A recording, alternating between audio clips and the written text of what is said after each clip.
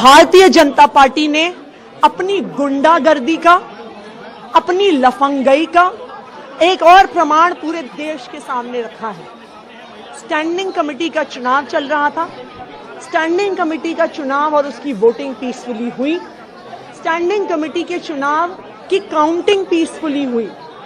लेकिन जैसे ही भारतीय जनता पार्टी को लगा कि वो स्टैंडिंग कमेटी का चुनाव हार रहे हैं, उन्होंने हमारी मेयर पर, एक महिला मेयर पर स्टेज पर चढ़कर बुरी तरह से हमला किया।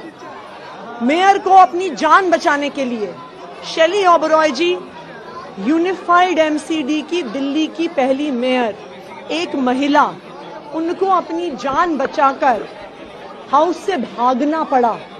हाउस से वो बाहर गईं।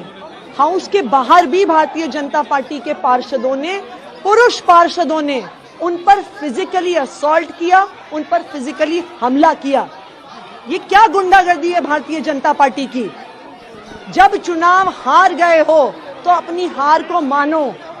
काउंटिंग के समय जब तुम्हें समझ में आ गया कि तुम एक वोट से हारने वाले हो, तो आपने मारपिटाई शुरू कर दी। आपने महिला मेयर पे हमला शुरू कर दिया। पुरुष काउंसलरों ने स्टेज पर जाकर दिल्ली की पहली महिला मेयर डॉक्टर शेली ओबरॉय पे हमला किया है। भारतीय जनता पार्टी की ये गुंडागर्दी देखकर पूरा देश शर्मसार है।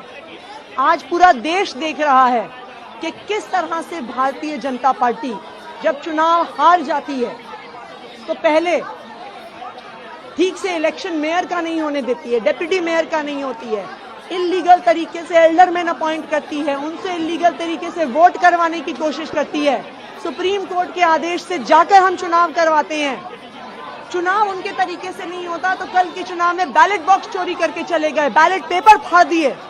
आज हमने उनकी सारी टर्म्स एंड कंडीशंस को एक्सेप्ट करते हुए एक से चुनाव करवाया, फिर से चुनाव करवाया। मेयर ने उनकी सारी कंडीशंस एक्सेप्ट करी कि फोन भी अलाउड नहीं है।